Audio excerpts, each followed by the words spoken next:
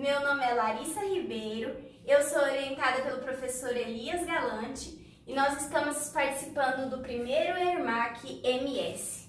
O título do nosso trabalho é Hipóteses de rima e o Teorema dos Números Primos.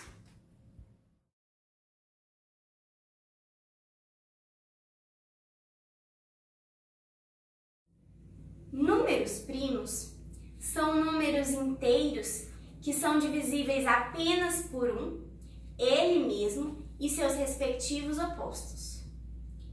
Os números compostos são números inteiros que, além dos divisores triviais, possuem divisores próprios. Pelo teorema fundamental da aritmética, todo número natural pode ser escrito como produto de potência de primos. Além disso, essa fatoração é única, a menos da ordem de seus fatores.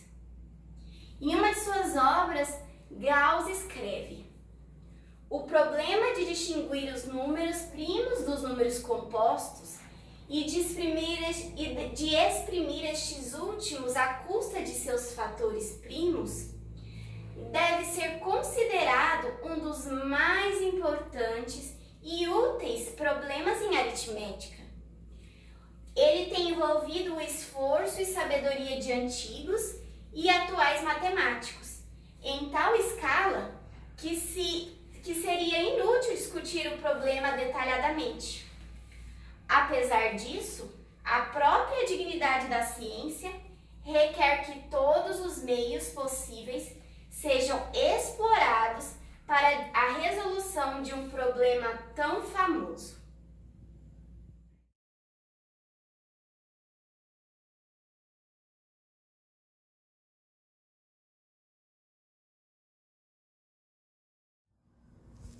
Quantos primos existem? Infinitos. Quem deu a primeira prova da infinitude de primos foi Euclides, cerca de 300 anos antes de Cristo. Essa prova se resume em: suponha um n o maior primo de todos. Então, faça a multiplicação 1 vezes 2 vezes 3 até n e, por último, some 1. Pelo teorema da aritmética, existe um número primo que divide esse número. Mas, pela minha suposição, n é o meu maior número primo. Então, deveria existir um primo menor ou igual a n que dividisse esse número.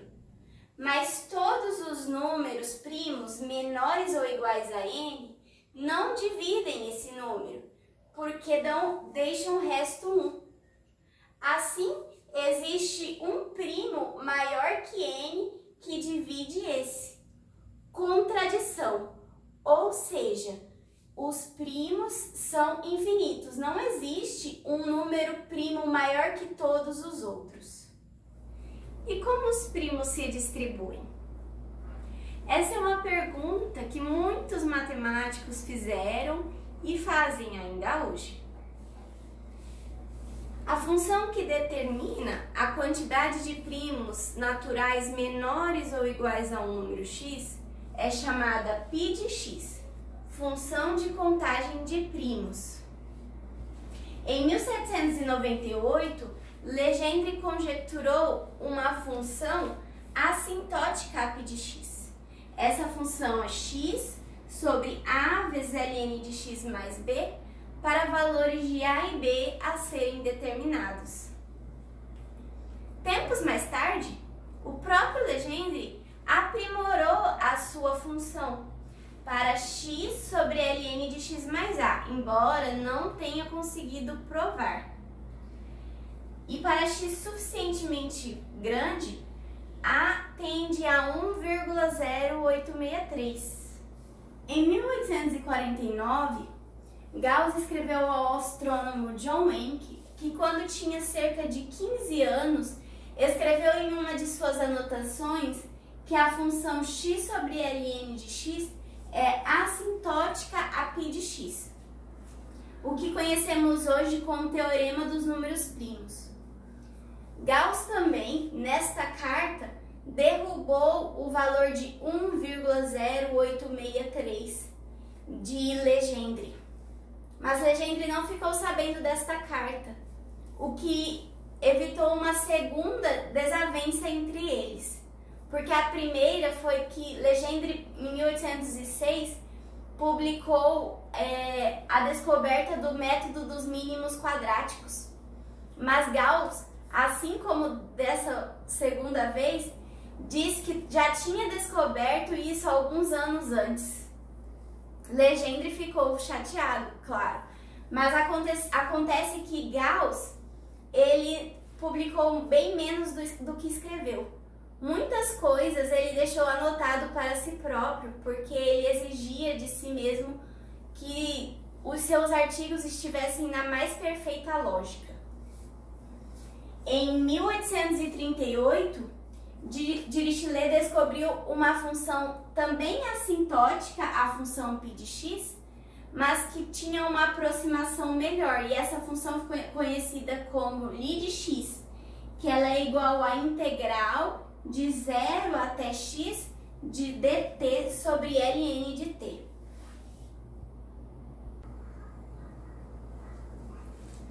Sobre a quantidade de primos menores que um dado valor. Esse foi o título do artigo de Riemann de 1859, no qual ele apresentou a grande hipótese. A hipótese de Riemann consiste na afirmação de que todos os zeros não triviais da função zeta de Riemann estão sobre a reta x igual a meio no plano complexo. Mas qual a conexão entre a função zeta de Riemann e os números primos?